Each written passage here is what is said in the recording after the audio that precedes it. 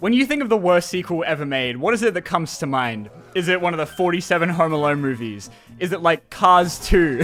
Is it like Transformers 2, which now that I think about it would have actually been a really good one to cover, damn it. My original idea for doing a video like this was just going to be going off like an IMDb list of like the worst sequels ever made or something, but you know, it didn't take me very long to work out that literally nobody wants to hear me talk about fucking Exorcist 2, even though the climax of that movie involves someone doing Gangnam Style. So instead, we're just going to talk about like 3 widely hated sequels to movies that I really, really like. Not because they're like the worst ever, but just because they make me upset. Like, they were just not cooking with any of these. But you can be with the sponsor of today's video, HelloFresh. Oh, come on, you gotta give me that. That was pretty good. Now, if you're like me and spend more time staring at the fridge than actually making food, then let me introduce you to HelloFresh, a service that delivers healthy meals straight to your door and does all of the boring shopping for you. All you have to do is pick what meals you want for the week, customize the ingredients to suit your diet, and then pick what time you want it to show up. Now, I know you might be shocked to hear that my YouTuber lifestyle of sitting in a chair for 15 hours a day and eating hot chips hasn't given me a six-pack yet, okay? Eating healthy can be kind of hard. Like, dude, not only do you have to, like, pick what to eat, but then you have to, like, make sure you have all the ingredients for it, and then you have to actually make it. Like, oh, dude, McDonald's is, like, right down the road, you know? So finally, with HelloFresh, I can have something healthy to cook every day that won't even take me that long instead of just giving up and crying while eating a packet of Oreos. And they update their menu every week with different meals, and look how many you get to choose from. It's still going. And check out some of this food, man. You got Korean fried chicken burger, cheesy Mexican pork tacos, quick herby Italian beef loaded fries. God, I'm so hungry. So sign up now using my code and get a yearly subscription of fresh ingredients straight to your door. And this is the best part. With my code that's on screen right now, you get a free dessert with every box as long as your subscription is active. Oh, you're so welcome. Plus, you can pause or cancel anytime. So make sure you click the link in the description or scan my QR code or use my code on screen to get 16 free meals plus free dessert for life while your subscription is active. Thanks to HelloFresh for sponsoring this video, and now let's get back to me complaining for like 25 minutes. Anyway, we're gonna start with Megamind 2, because I know that's what people really want to hear me talk about. I always thought that DreamWorks never made a sequel to Megamind because the first one was so peak that they just didn't know how to top it. But nah, it turns out the first one just didn't make a whole lot of money because of that stupid fucking Minions movie that had the exact same plot but beat them to the punch by like 3 months. I read somewhere one time that DreamWorks said they're not really big on doing like parody movies like Megamind or Monsters vs. Aliens anymore because they don't land as well overseas, which is basically their way of saying that nobody wants to buy a toy of a guy with a fucking goatee. By the way, did you know that Megamind doesn't have his facial hair in most of the posters for the first movie? What were they trying to hide? So, you know, it's not exactly a mystery why Megamind never got a follow-up. The real question is why after 14 years, they've decided now was the perfect time to dredge up his corpse when most of us were finally ready to move on. For anyone that hasn't seen it for some reason, Megamind's a movie about a supervillain who accidentally murders his arch nemesis Metro Man, and so has to like work out what to do in a world without him for a whole like 2 days before he just gets bored and makes another one out of a Reddit incel voiced by Jonah Hill. I would fucking knock your teeth out of your dumb fucking English skull. And at the same time, he does what any self-respecting man would do and completely throws away his entire life's work for the first girl that talks to him. Well, good luck on your date. I will! That doesn't even make any sense. I know! Like with any DreamWorks movie, they blow half their budget on the all-star cast like Will Ferrell and Brad Pitt and Uncle Ian from Alvin and the Chipmunks. It's still warming up, sir. Come again? Warming up, sir. Warming up! The sun is warming up! But I think Megamind's real legacy is all of the memes that have come out of it, because it's had such a cultural impact that when the fucking Queen of England died a couple years ago, instead of seeing anyone mourning about it on social media, all I saw was people posting this scene of Titan. And there is no Queen of England. The only thing that I don't love about Megamind is that it kind of has like that late 2000s DreamWorks art style where it's kind of like really ugly. But after watching the sequel where it has like a tenth of the budget, I'd like to apologize for just calling the first movie ugly. Hello, loyal viewers. Like me, you probably never thought this day would come. Oh no. That's not Will Ferrell. So yeah, after 14 years, whatever the fuck Peacock is, has got not just a new Megamind movie, but also a whole ass series called Megamind Rules, which means that this is definitely just a pilot that they are pretending is also a movie. Now, DreamWorks is no stranger to whoring out all of their most popular movies to turn into these cheap-ass cartoons. Like, I know I've seen a little bit of the Kung Fu Panda one, and at least one of the 70 How to Train Your Dragon shows, but I didn't realize that they've basically done one for every single one of their movies. Like, even Turbo and the Croods got one before Megamind. And I always thought that Megamind would work really well as a TV show. Like, I would have watched the shit out of this as a kid. Maybe like 10 fucking years ago. But this sequel movie was doomed from the start. As soon as our first look at it was this poster where Megamind looks like he's passing a kidney stone. Megamind 2 takes place 2 days after the first movie, where he has to go up against his old supervillain team, the Doom Syndicate, that he apparently used to be a part of, who all look like miraculous ladybug characters. Guys, do I have to villain-splain everything to you? And they're all like pissed that he doesn't want to be evil anymore, so they come up with a plan to like launch Metro City into the moon and kill everyone, I guess. I found out that the Doom Syndicate were like a cut idea from the first movie that made it into like the Megamind video game. So I guess it's not like they came out of nowhere, even if they changed all of them for this movie. And like, I guess it's cool that they finally made it into one of the Megamind movies. I guess. I don't know. I'm trying here, guys. Oh, and yeah, they throw in like this YouTuber character that runs like Megamind's fan accounts, like his YouTube and social media, even though none of that was a thing in 2010. For more awesome saves, click like and subscribe. I want to kill myself. Also, they renamed Minion to Old Chum. Due to a cease and desist order from popular fast food chain Mr. Minion's Meatsicles, I can no longer call myself Minion. Okay, honestly though, it's not like the worst thing ever, like everyone's acting like it is. And honestly, I am amazed that any YouTuber has been able to make like 10-minute videos out of this thing, because I have like absolutely nothing to say about it. I've already forgotten everything that happened in it.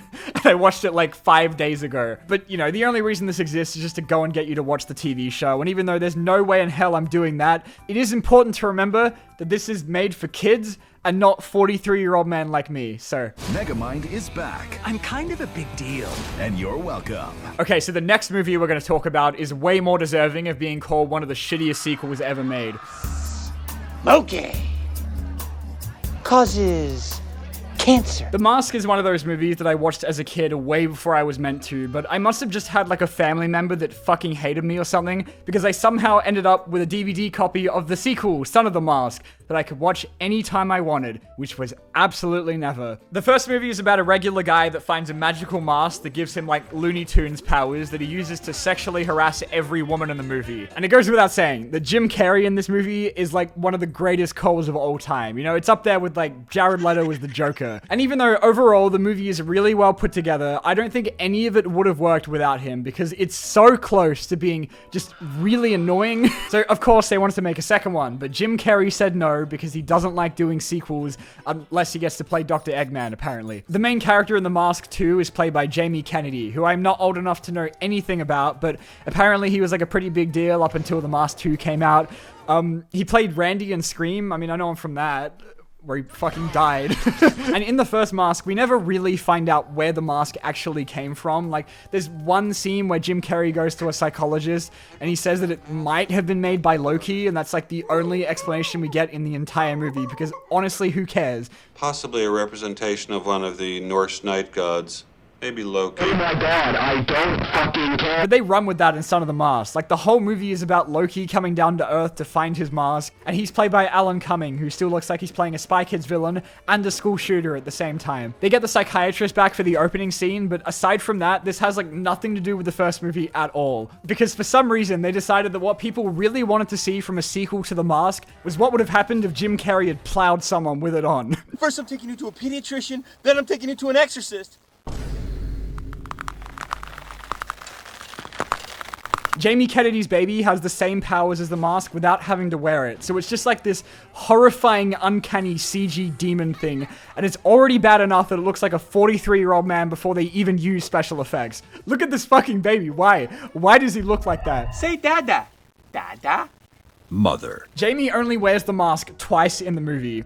He uses it once to do one of the worst musical numbers ever put to film and then slam his wife, and then one more time at the end to fight Loki in one of the worst fight scenes ever put to film. Which honestly is maybe for the best, considering that they made him look like this. Like, that was a conscious decision that a bunch of people made. In the first movie, there's a scene where Jim Carrey's dog Milo wears the mask and uses it to piss on a guy. And they must have thought that was like the greatest idea ever, because the dog in this movie uses the mask more than he does. Like, Jamie's dog spends the entire back half of this movie figuring out how to murder the baby. And like, I can kind of see what they were trying to do with like the Tom and Jerry thing to lean more into the cartoon stuff, but I just kind of wish they didn't. The Mask 1 had a budget of 18 million. But for some reason, they gave the one without Jim Carrey a budget of 80 million. And like, you can see where it went at least, because like every 2 seconds in this movie, they bombard you with all of this shit that looks like bowling alley animations, and it just doesn't stop. Like, 2005 CGI was just not ready, man. When you look at the behind the scenes stuff, Son of the Mask was like a super ambitious movie. Like, they put a lot of work into making that horrible CGI baby, but all they really ended up making was one of the greatest condom commercials ever made. I think Son of the Mask would have been fine as its own thing. Like, I don't think there's anything wrong with this idea, but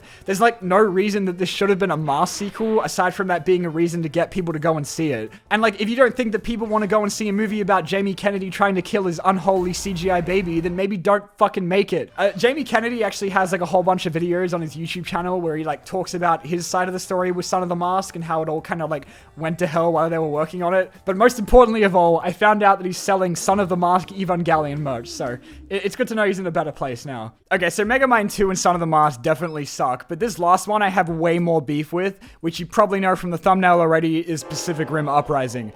The first Pacific Rim is maybe one of my favorite movies ever made, because I'm a very simple man, okay? And all I really need in life are to see some giant robots punching the big monster. My own wedding won't make me as happy as seeing Gypsy Danger beating the shit out of a kaiju with a boat, okay? And it's directed by Guillermo del Toro, who is like famous for canceling more projects than he actually makes, so I'm so happy to live in the world where the giant robot one is the one that actually came out. And you can tell there is just so much work put into the way that these Jaegers move and like the weight behind them, with how it takes them like 5 hours to hit anything. They have like such a huge emphasis on like the destruction, and like in every scene you can see how much taxes increase every time they throw a punch. And you really get a sense of like how fucked they are and how hard it is to fight these monsters no matter how many badass speeches Idris Elba gives, because every Jaeger in the movie gets trashed instantly.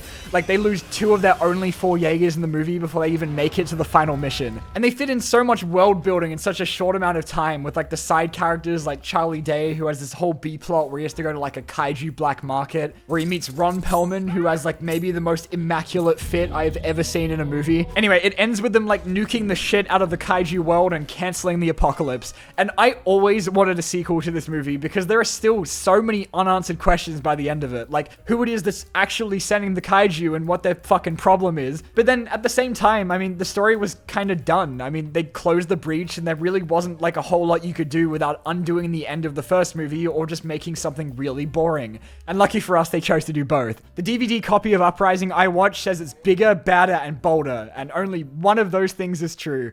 Yeah, that was supposed to be epic, but it wasn't. I found some stuff from 2014 from Del Toro saying he did want to do a sequel, but he just didn't want to have to go to China to film it because he was too busy winning an Oscar at the time. So they didn't get him back. Then they also didn't get the main character Raleigh back because Charlie Hunnam was too busy doing other movies at the time. And look, I'm not saying that Raleigh was like the most interesting character of all time, but it still just kind of feels weird to not have him there, you know? So they kind of just like don't ever bring up where he is in the whole movie, but you can actually find the answer to that in the Pacific Rim Uprising novelization, which I read as a kid for some reason. And it turns out that Raleigh died of radiation poisoning after going inside the breach at the end of the first movie. So after surviving all that, yeah, he actually dies of alien cancer. Skill issue. And I'm pretty sure a lot of these movie novelizations are like based on earlier drafts of scripts too, so maybe this was actually meant to be in the movie until they thought that maybe keeping him alive just in case for a Pacific Rim 3 might have been a good idea. But you know who they did bring back? Riley's co-pilot Mako,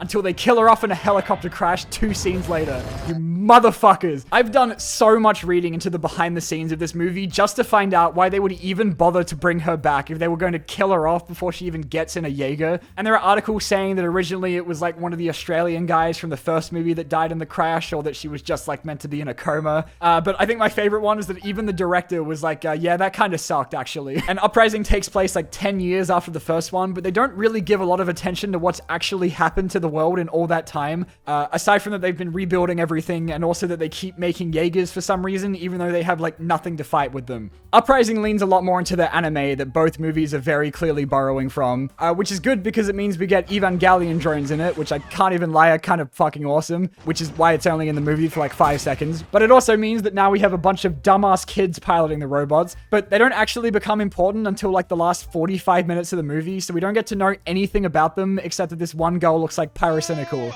And I know it would have been a bit of a downer if they started killing off all the child soldiers at the end, but even though none of these kids have ever fought a real kaiju before, only one of them dies after getting like thrown through a building, which is pretty fucking funny. Honestly, I think Uprising is like fine on its own, but like I watched it straight after the first movie, and it's like, yeah, I still get to see big robots trashing the shit out of Japan and Australia, but I just don't know how to explain why it doesn't have like the same vibe. Like maybe it's the fact that all of the fight scenes take place during the day and they just don't look anywhere near as cool as they did in the first movie, or that I just don't give a shit about what's going on. I think maybe it's because they're all like too fast in this one. Like, okay, I know this is approaching like Cinema Sins level of nitpicking, but like, hear me out, okay? They do such a good job of distinguishing between the Jaegers in the first movie. Like, one has 3 arms, one looks like shit, and one is Australian, which is why it's the best one. But like, in Uprising, all of the Jaegers are like brand new, so they all look and move exactly the same. And I guess in universe, it makes sense, but I guess it just really makes you appreciate how much love they put into the first one when it's not there anymore, you know? Pacific Rim Uprising somehow feels like one of those shitty legacy sequels that comes out like 20 years after the original. Like, the after credit scene is literally copy-pasted from that other terrible Independence Day sequel that came out the same year, where at the end they're all like, we're gonna take the fight to them. Fuck yeah. Oh no. I know there are definitely worse sequels out there. Like, again, Exorcist 2 is really fucking bad, but I don't think I'm ever going to be over Pacific Rim 2.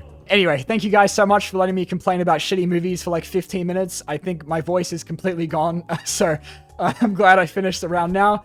But yeah, let me know if you guys want me to do more of these, because we got plenty more sequels to talk about, and I will see you guys next time.